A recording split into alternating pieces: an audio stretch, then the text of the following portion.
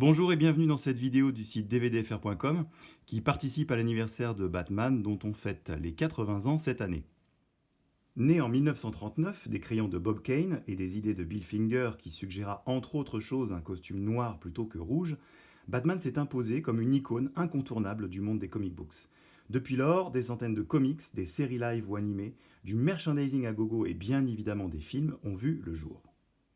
Parmi ces derniers, le Batman de Tim Burton en 1989 constitue le premier opus de ce qui sera une quadrilogie. Le rôle-titre a été attribué alors à Michael Keaton, ce qui fit grincer nombre de dents à l'époque vu que Keaton était surtout un habitué des comédies, et avec Jack Nicholson dans le rôle du Joker. Burton et Keaton rempilent en 1992 avec une suite bien plus sombre, Batman le défi, où la chauve-souris affronte Danny DeVito en pingouin et Michelle Pfeiffer en inoubliable Catwoman.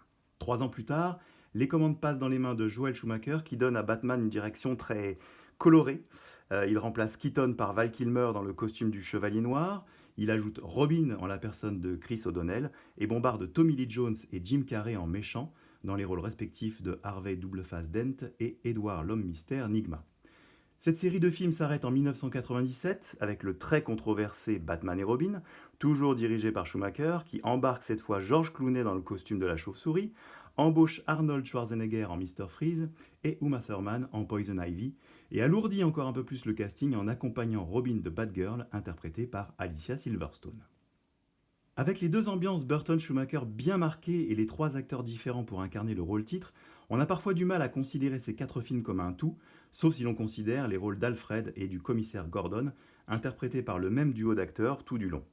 Quoi qu'il en soit, les voilà de nouveau réunis dans ce coffret 4K Ultra HD Blu-ray Steelbook, et quand on dit Steelbook, il s'agit non seulement de la réunion de 4 boîtiers Steelbook indépendants, mais également d'un coffret métallique concocté par Scanavo, la société danoise à l'origine du Steelbook.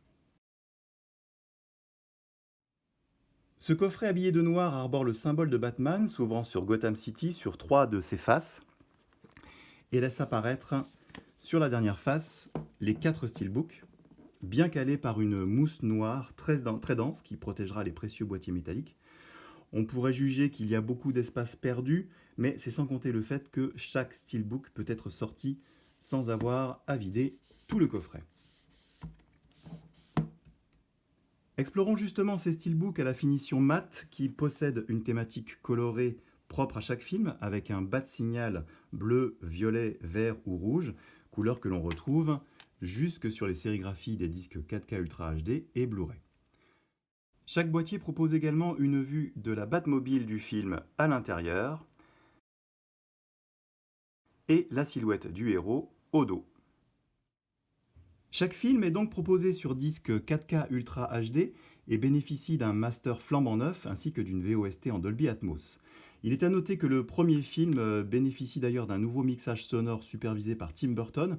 En effet, pressé comme un citron en pleine post-production afin de respecter la date de sortie prévue en 89, Burton et son ingé son avaient utilisé des banques de sons d'autres films pour aller plus vite. Il a pris le temps ici de corriger ce problème.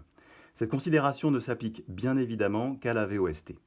Ces nouveaux masters ont également été l'occasion de revoir la stabilité de l'image, un élément qui saute aux yeux dès le générique du premier film. Alors qu'il semble que les éditions américaines profitent de ces mêmes masters 4K et pistes Atmos sur les disques Blu-ray standards, il n'en est rien pour ce coffret français dont les galettes HD sont strictement les mêmes depuis 2009, malgré les nouvelles sérigraphies, mais dont les masters étaient déjà très convaincants, comme vous pouvez vous en rendre compte sur les images qui parsèment cette vidéo. Du coup, rien de nouveau non plus du côté bonus, et l'on retrouve sur les disques Blu-ray les très nombreux suppléments déjà connus. Ce coffret est disponible depuis le 4 septembre 2019, autour de 119 €, mais attention, il est d'ores et déjà épuisé chez Warner Home Video.